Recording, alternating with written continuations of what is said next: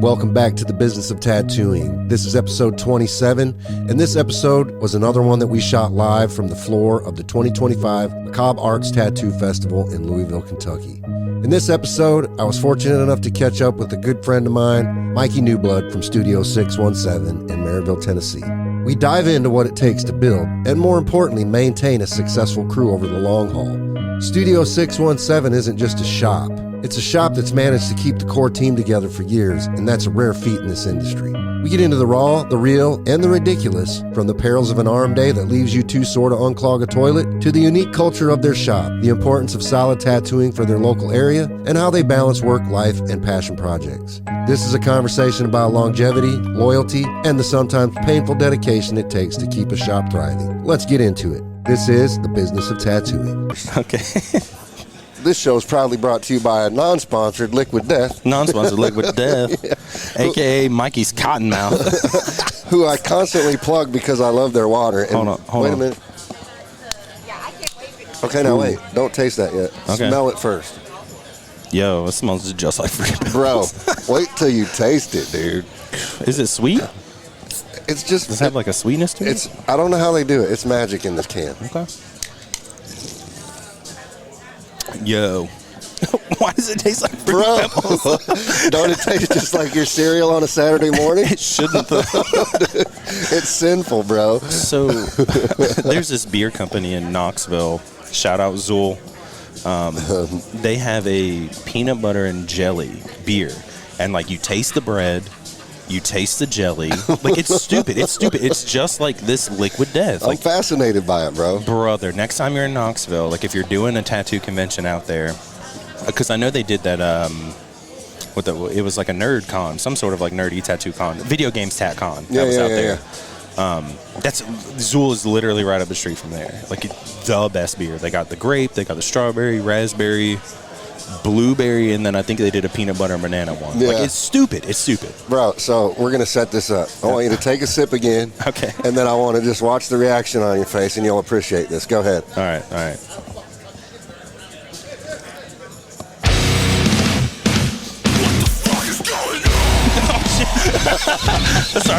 started throwing down in the booth, lost my fucking headphones. What the fuck is going on? You fucking. I knew you appreciate that. Fucking.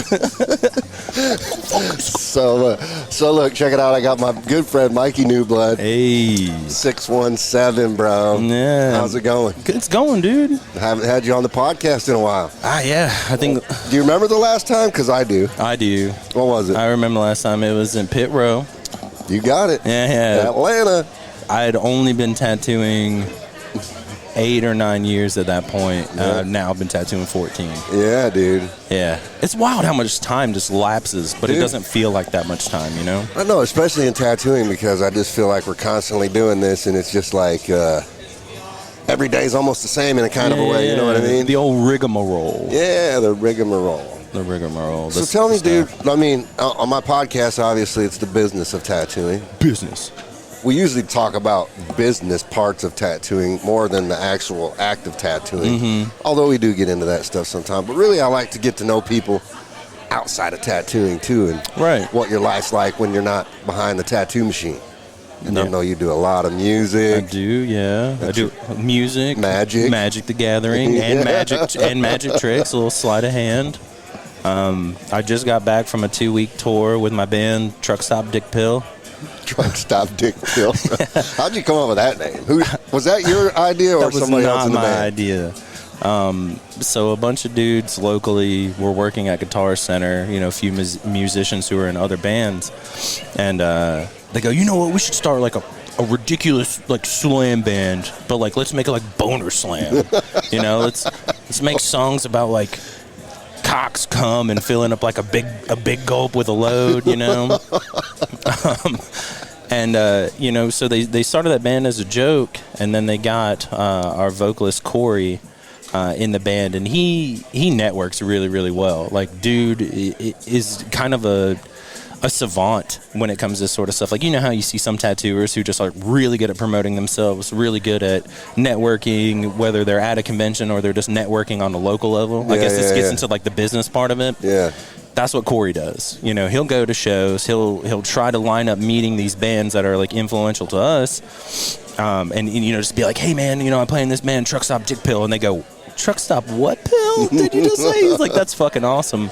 So it's a little bit of like borderline absolutely ridiculous, but you'll never forget it. And then when you actually listen to the music, you're like, this is exactly what I expected it to be. It's a bunch of fucking toilet noises with a guitar going chun chun chun, wah, chun chun chun, wah, chun chun, you know? Yeah. Are you doing vocals at all? I'm not. No, I'm not doing vocals. You did vocals in some of the other bands, I right? have. Yeah. I've done some toilet noises a time or two. You got it. Yeah. But yeah, we did a 2-week tour. The band started, a bunch of dudes at Guitar Center, a bunch of idiots wanted to do something silly. And they came up with, the original name was Gas Station Boner Pill. Mm-hmm. But there's a band, I think, out of Atlanta that already had that name. So we're like, well, we'll just go a little bit more vulgar. A little more vulgar with it, and a little more grimy. Like, you know, gas stations can be a little more upscale, as where truck stops have lot lizards. Mm-hmm. And boner pills. And boner pills. Loads of boner pills. Dick pills, actually. Do they still have the condom machines in the... in the restrooms? Yeah, bro. Yeah, absolutely. That's hilarious. Other than music stuff and sleight of hand, I've been playing a lot of Magic the Gathering over the last year, and I think that's kind of taken over my life outside of tattooing, besides like music stuff. How much are you doing that? Relatively often, at least like once a week. But at the beginning of this year, I was doing it competitively on their app, and I was ranked top 1,000 in the world for a little while. Really? Yeah. How do you get into that? I think like back in the 90s, like they were really fucking edgy, and a lot of the art was really fucking cool. Like I'm trying to think, Frank Frazetta, he's done some artwork for him and stuff like that. So heavy metal, yeah, dude. I think like Magic is probably like the more metal end and the more like D&D end, to where it's like a lot more fantasy. So you have like zombies, you have werewolves, you have angels, clerics. Fucking, they just released a lobster citizen, whatever the fuck that is. How does that game play out? Like, is it kind of like D&D? No. So like, look at it as like your cards are kind of like your tome or like your magical spell book, and you're essentially a wizard. Okay. You know, and the main goal is to straight attack the other opposing wizard or player, so to speak. You have, depending on the format, like whether it's the commander format where there's 4 of you and you build a deck around like one centralized card. You have standard format, which is just 1v1, 20 life. You're just trying to smack the shit out of each other essentially while doing cool shit. So do you play with the same people all the time? No, not all the time. So like the dude I tattooed yesterday, him and I normally play in a pod, which a pod is like 4 people on Friday nights, and it varies. You know, it's generally him and I, and then like 2 other people, or I really hate the commander format, so I play one game, and like while I'm playing, I'm be like, kill me, just fucking kill me, you know, just take me out, like, because it's a little drawn out. Yeah.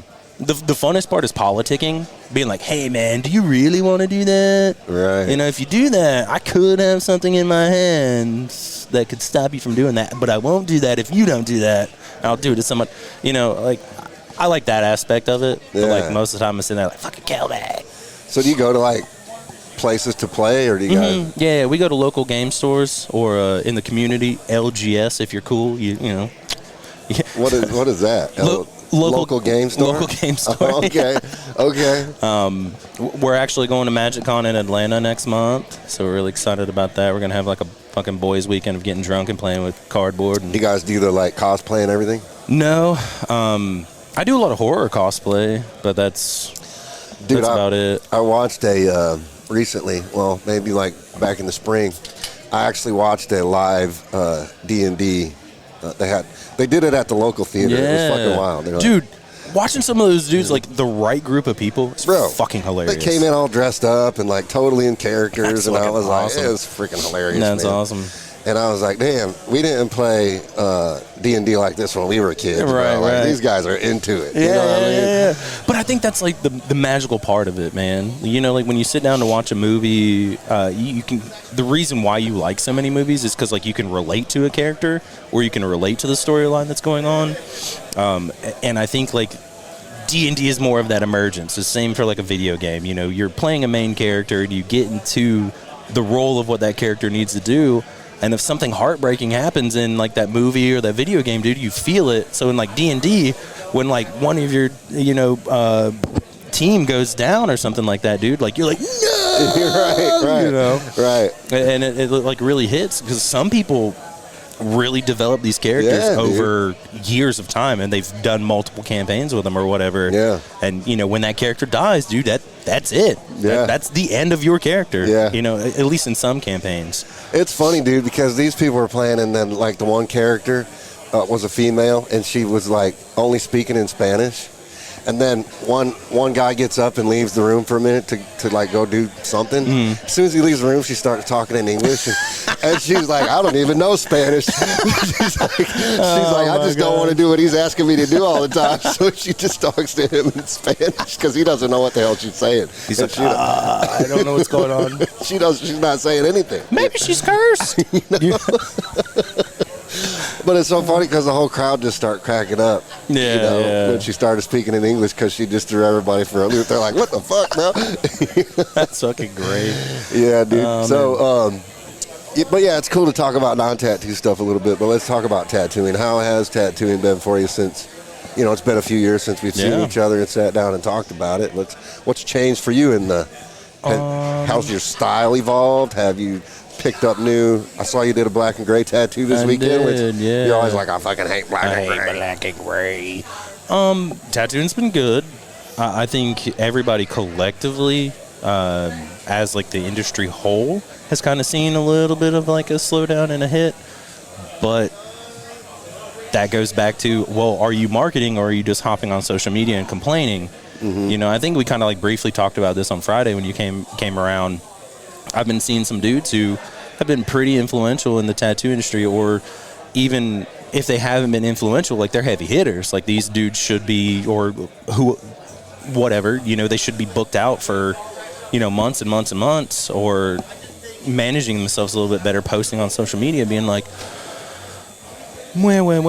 cry, instead of, not saying everybody's crying about it. I mean, you're allowed to vent, and you're allowed to be emotional, however you feel, but like, I would look at that like if stuff starts slowing down for me to where it's starting to hit like my everyday bills and stuff like that, I'm going to start going hitting local bars, dropping off my cards, really marketing myself. And some people in the industry are doing that. They see it slowing down. They're like, well, what can I do within my community to let people know I'm here and like I'm slinging dope tattoos? Even if you have to drop your hourly rate down or, your day rate or whatever, just to get your schedule booked, I think instead of running to social media and, with your grievances and, I don't want to say poor me, but like that's just kind of how it, right. That's how it reads a little bit. Not that I'm not empathetic towards their situation, because I absolutely am, but I'm the type of person where I would rather not,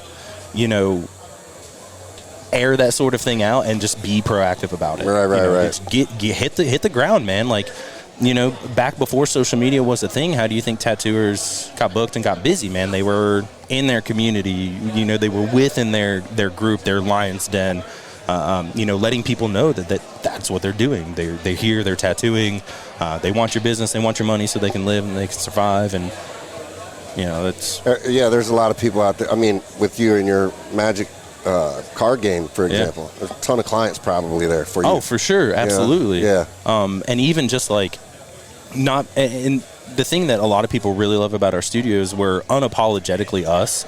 Like Friday we dressed as cowboys for no other reason than just dressing as cowboys, and so like when you walk into each one of our rooms, there's a similar theme, like a cohesive theme through each one of the rooms, but there's always like a little something from like outside of our lives that clients will see and they're like, oh, this dude isn't just, fire and brimstone and creepy stuff. He's also into this little niche, nerdy thing that I'm also into.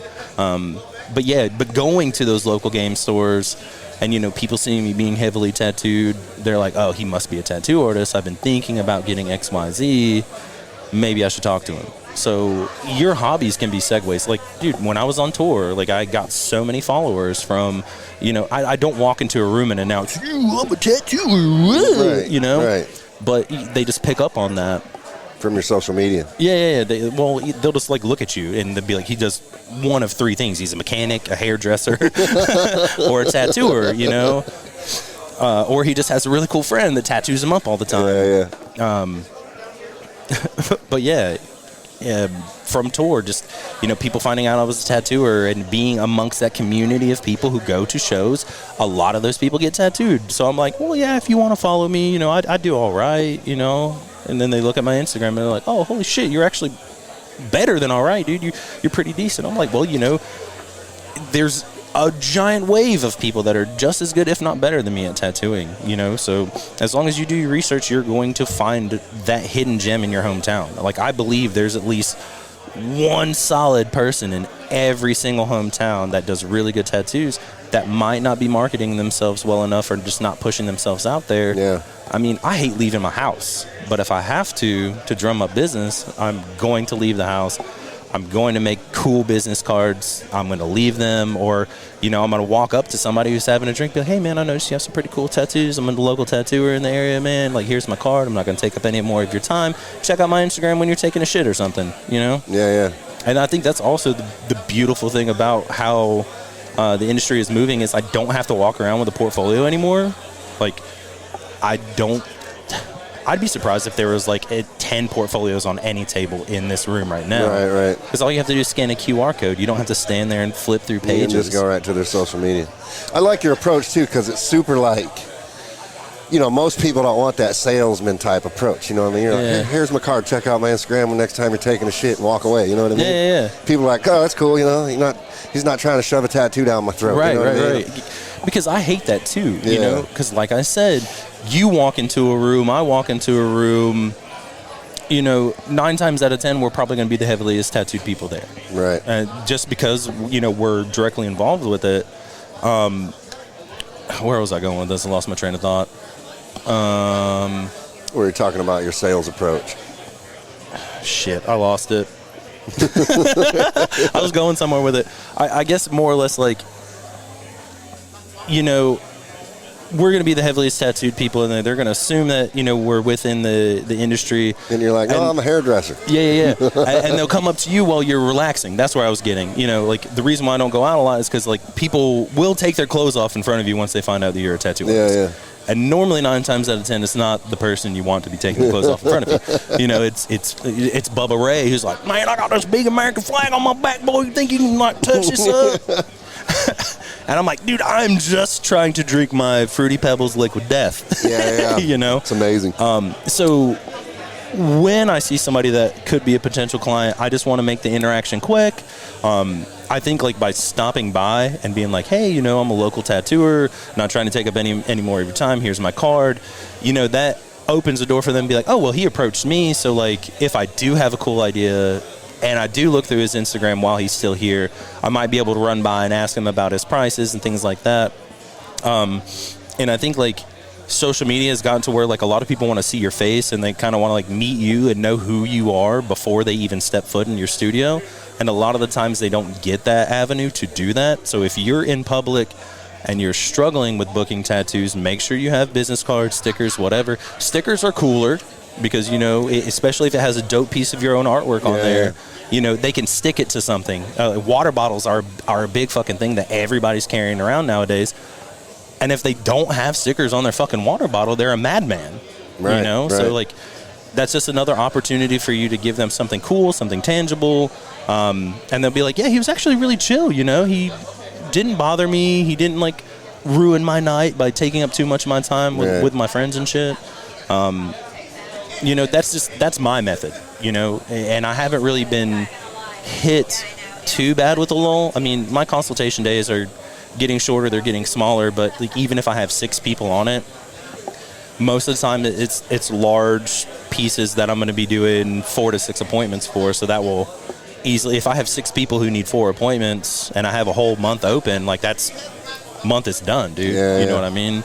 And then taking time off for shows and hang out with the lady, hang out with the cats, you know. The business of tattooing is brought to you by Electrum Supply, the industry leader in high-quality tattoo supplies designed by artists for artists.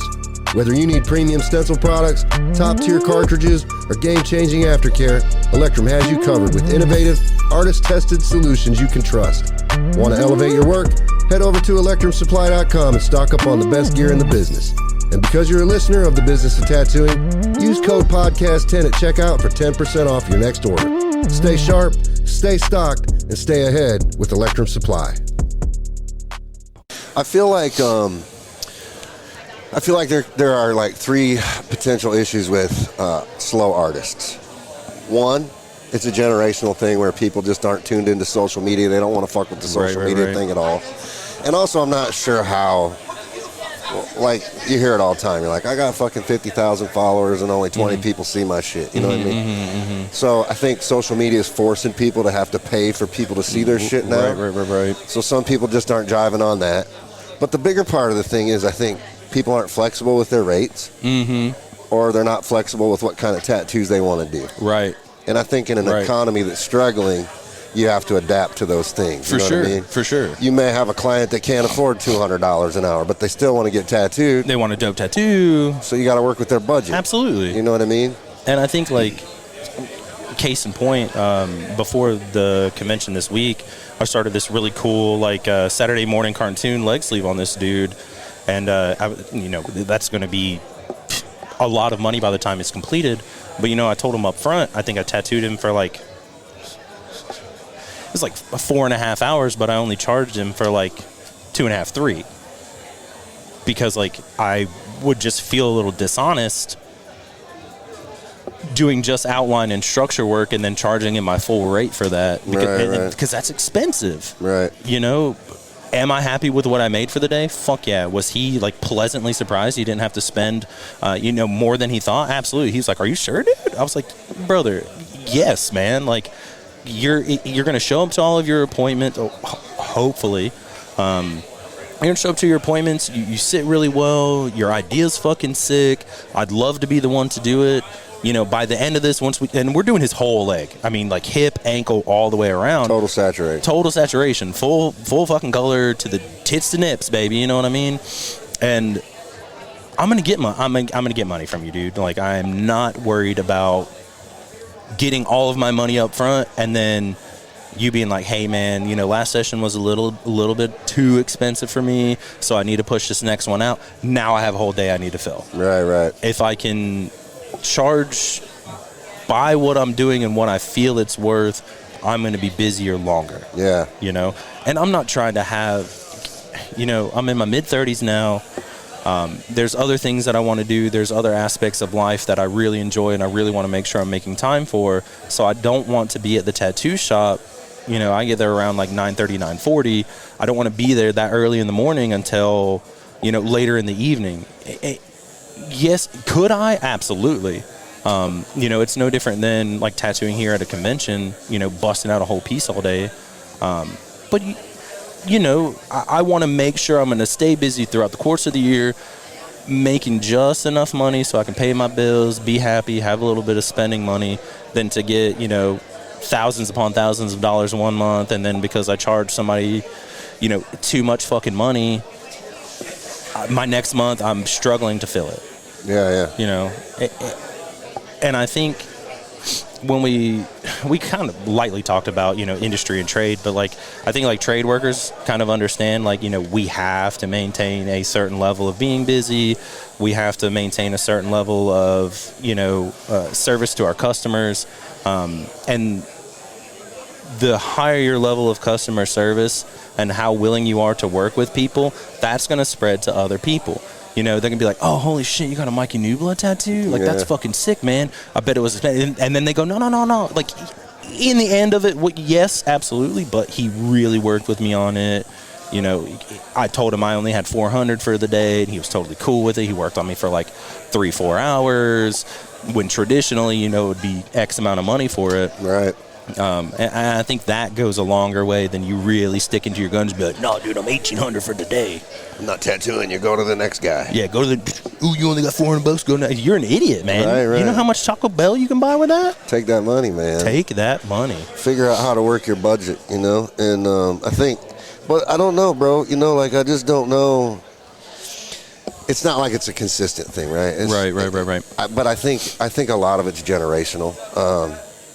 It's like not for me. I mean, I'm dialed into social media because I have to be because of business. But if I was only focused on tattooing only, I don't know how much I would be like.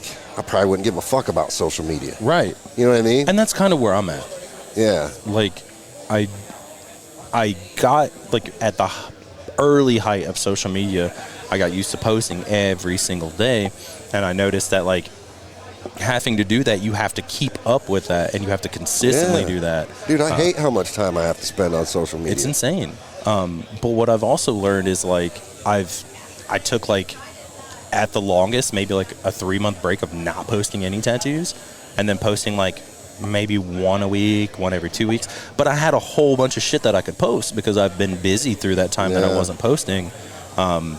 I've noticed that since I'm infrequently posting, it's notifying all of my followers that, oh, hey, Mikey Newblood hasn't posted in a while. Like, check out.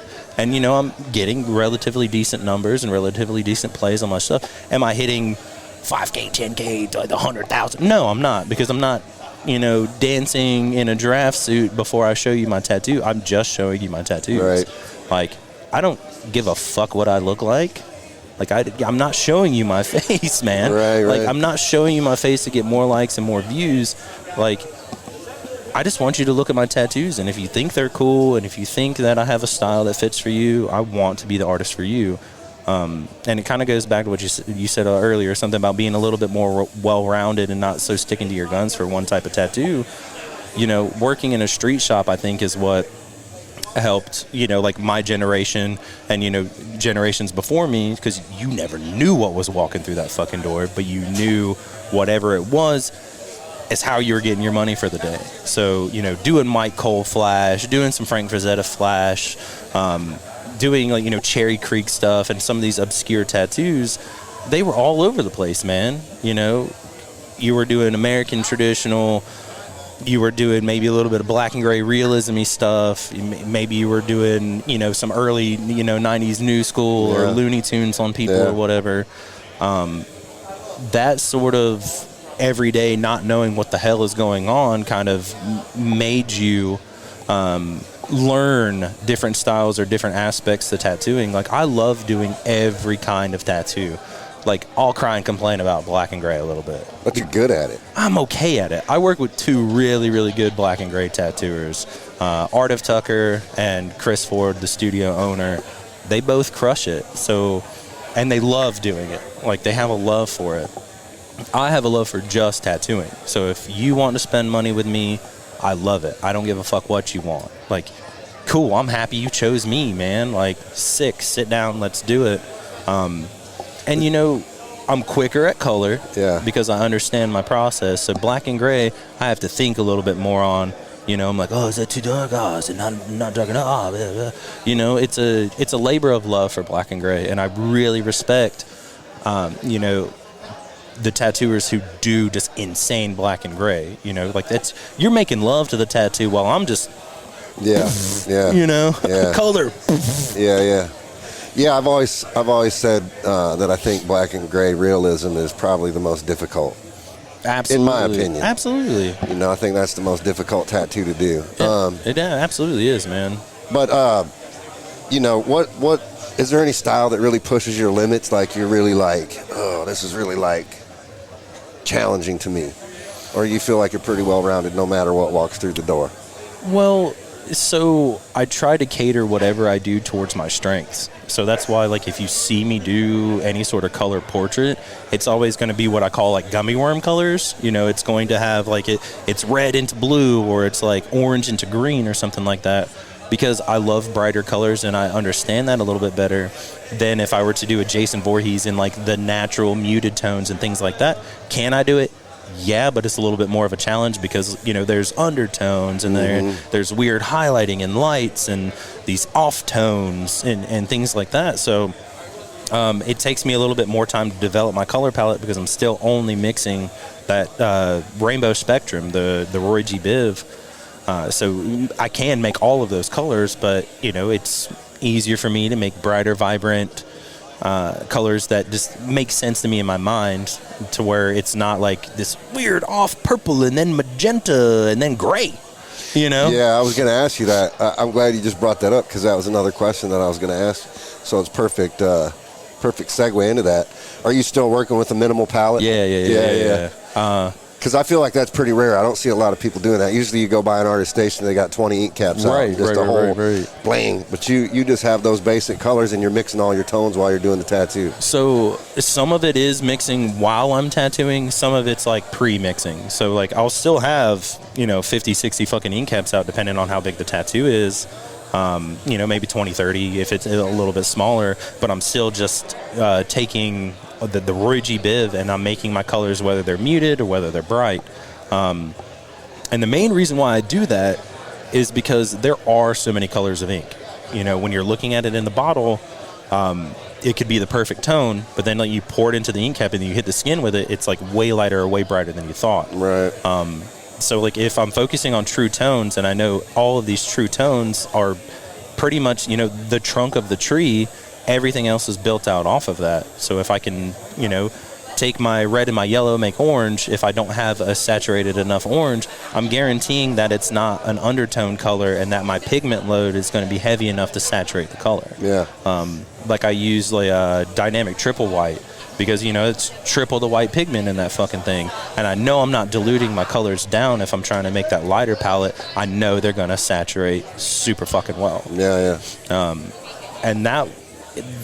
learning how to do that came out of convenience, for one thing, of like doing conventions, because around the time I was doing a lot of them, and bringing 40, 50, 60 bottles of pigment was just so much shit to bring. Now I can throw my base colors in my book bag, my tattoo machine in my book bag, and then buy like drape or whatever else I might need for the weekend from, a vendor. Right. And keep it super simple, super light. Right. Because I was so jealous of these black and gray dudes I work with. They're like, yeah, just go buy my gray wash set. I just got these 4 bottles. Sometimes I just show up with black. I'm like, man, fuck you, dude. I'm like, fuck you. Oh, it's awesome. I got to give you props, though, man, because Studio 617, you guys been the same band for a long time. Well, I mean, you don't see that a lot, man, where it's just like the same crew rocking for all these years together, keeping the politics in the shop, and like... Well, I think, like, and that would have to go out to Chris. We've had some people come and some people go, but I think that's just a natural process of things. When I first met Chris, him and I talked super in depth on, like, what his vision was for his ideal tattoo shop. He was like, do I want to make money? Of course, it's a business. I have to make money. But he's like, I think bottom line, there's a service that can be provided for this area of solid tattooing. And he's like, that's kind of what I'm looking for. He's like, I'm working towards that. The people I have come in and work, with me, not only for me, but with me. He was like, I want the same. And like one of the main things that got me interested in wanting to work for him, he's like, I want you to focus on whatever you want out of tattooing. And I was like, yo, that's a way different tune than where I just was. Because it was like, dude, I don't care if it's like 8:45 and we close at 9. If somebody walks in the door and they want a half sleeve, brother, until midnight. Fucking, you better bang it out and make us that money.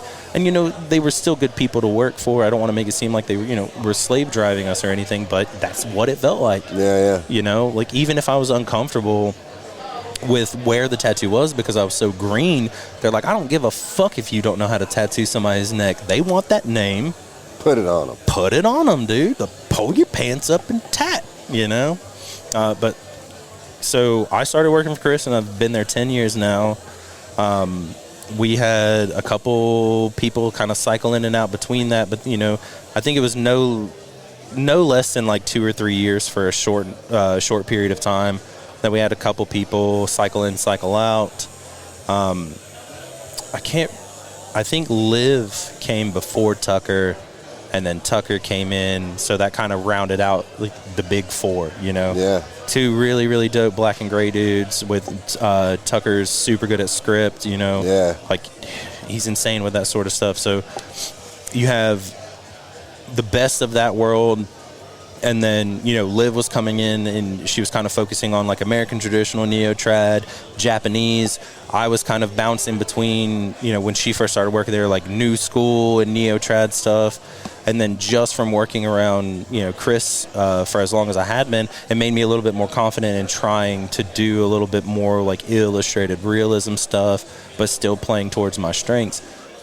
And, you know, I think his vision of where he wanted his studio to be and what he wanted from us and allowing us to grow is what made it the band that it is now. You know what I mean? Like I said, we do stupid stuff all the time. Like, we all have Power Ranger costumes we ain't even got to put on yet, you know? Like, really? Yeah. We're going to do that at one convention, dude. You know? You got to do little boo-boos. But I also think one thing that it has been really big and really quintessential in the shop vibe and the shop politics thing is, like, we all get there before the studio opens, and we're there minimum 2 hours before our first client shows up for the day. And, you know, we sit in the same room and we either bullshit and joke around, or we kind of talk about life stuff, because like, if you come into work with a chip on your shoulder, that's going to carry throughout the entire day. And, you know, I think this sort of industry has very niche people, and if you're working in it, you may be anxious, you may not know how to, like, talk or be open, but creating that family vibe of like, dude, what do you got going on, man? Like, you know, how's life? How are things going? Like, what are your stresses right now? Because, like, if you can get it out before you start, you're not going to be so in your head the entire day that you're tattooing. Right. Man, like, that's a good idea. My life sucks. That's you know? a good idea. You guys do yoga and shit. Weren't you guys doing, like, some yoga and shit for a while? No. I thought you guys used, you guys used to do all those funny videos, you know? You still doing those? We do, yeah. You know, like Friday, we dressed up as cowboys, and then our shop manager, she did, like, the, you know, the check out the fit video kind of thing for all of us that day. I'm surprised Chris doesn't have you guys doing, like, push-ups together and stuff. He's all like super jacked out. So what's really funny was for Christmas, it was right before Christmas, and he, like, looks at me, he goes, man, the only thing I want from you is, like, 3 days at the gym. Really? He's like, I just want you to leave your house. Come to the gym. I've done one, and, you know, he did not stop smiling the whole time, you know, like. He was just like, got Mikey to the gym. I got him in the gym, dude. I got him in the gym. Because they normally go at like 5 a.m. And I'm like, brother, I'm going to bed at like 3 or 4. There's no way I'm going to sleep for a fucking hour and then get up and go to the gym. I was like, if we can do like 9 a.m., 10 a.m., something like that, I was like, I'll come in the gym and I'll, you know, lift some heavy stuff. Yeah. It was really funny, though, man. Like, I don't do that much activity. And, it was like the day after, you know, we mostly worked out arms that day, and like my titties were hurting so fucking bad. Like, so fucking bad. I had to take a shit, right? So I'm in the shop and I'm taking a shit, and I clogged the toilet, right? So I grabbed the plunger, and like the only good plunging motion is like the only motion I really couldn't get any force behind. So I'm like, you know, just trying to fucking plunge this toilet. And so I come out of the bathroom, and our apprentice is walking down the hallway. I was like, hey, man, I hate to ask you to do this. Help, I was like, but I need you to fucking churn my shit. I need you to churn it. I need to get in there and churn it and unclog that toilet, dude. I was like, if I could, I was like, dude, I tried. Like, I came out of the bathroom fucking sweaty because I didn't have it in my chest muscles to fucking plunge this toilet, man. Oh my god. Dude, it was horrible. I felt helpless. I was like, oh no, the clients are going to show up and we're going to have a toilet full of shit. And then he just happened to be coming down the hallway. That's funny. And we don't give him as hard of a time as like early apprenticeships, but like every now and again you got to churn the shit, you know. Damn, dude. Yeah. Damn. So how many shows are you doing this year? You guys I don't doing as many shows as you used to? Have you toned it back some, or? Well, so over the last couple years, there's always been the talk of moving the shop, still keeping it within the same area, but expanding the shop a little bit to get a little bit more out of the space that we're kind of looking for. Like, we want like a little art studio, a little art gallery, so we can have a spot to where we can start doing a little bit more consecutive art nights together, or just like passion projects or whatever together. I don't know, like, we're always going to do the homie shows. So like, if Scott and Grant have a show going on, we're absolutely going to be there doing it. There's a few shows that Liv wants to do that are out of state. Like, she's from Vermont, and she wants to do a convention, out in Vermont, so we might try to do that. But, Chris is getting married, so that's going to take a little bit of time from all of us, whether we're a part of the wedding or, just being there and supporting. But I think those two things coupled together right now for this year into next year, it's going to kind of slow us down a little bit on conventions. But I think once we get to a stable set of where we're not moving the shop, nobody's getting married, nobody's doing any of that sort of stuff, we'll probably start looking at the convention schedule and trying to bang out a few more. You got any other shows planned for this year yet? As of right now, no. Okay. Because like I said, Chris is getting married in November. MagicCon is taking up some of my time. My girl has been trying to do a little bit more conventions, selling her stuff, her little resin art that she makes. So it's time for me to cut back on it being so focused on me, and trying to help her spread her wings, blossom out a little bit of something she wants to do and something she's passionate about. So I'll be the booth help instead of her being the booth help. That's all right, dude. You guys have been good for each other, man. Well, tell everybody, where's your studio at? How can they find you? You can find me on Instagram, at Mikey Newblood. I am in Marysville, Tennessee. Studio 617 Tattoos. All spelled out, or, you can go to our website, studio617tattoos.com. 617, the numbers. Always proudly repping the Electrum. Hive Caps, Hustle Butter. The band Truck Stop Dick Pill. On all the music channels, baby. You can stream the music right now. Right here, right now. We just released the Buckyverse Beatdown EP. There's a lot of really good songs on there. And you just did a big tour. Did a big tour. It was a lot of fun. I think so. Check out Mikey Newblood. Check out Truck Stop Dick Pill. And if you want to check out my tattoos, that'd be cool. Check out the tattoos, and check out Studio 617. Studio 617. All super stacked. All super dope. We got Art of Tucker, Chris Ford, Olivia Dakar, and we got our apprentice Cameron. I appreciate talking to you today. Dude, it's always a good time, man. I love you, man. I love you, buddy. Thanks, dude. Absolutely. That's a wrap for this episode of The Business of Tattooing. I appreciate you tuning in and being part of this journey to level up the industry one conversation at a time. If you found value in today's episode, do me a favor. Subscribe, leave a review, and share it with another artist who could use this knowledge. Got questions or topics you want me to cover? Hit me up on Instagram at NoFlashNinja or email me at rob@electrumsupply.com. And remember, tattooing is an art, but running a successful business is a skill. Keep pushing, keep learning, and I'll catch you next time on The Business of Tattooing.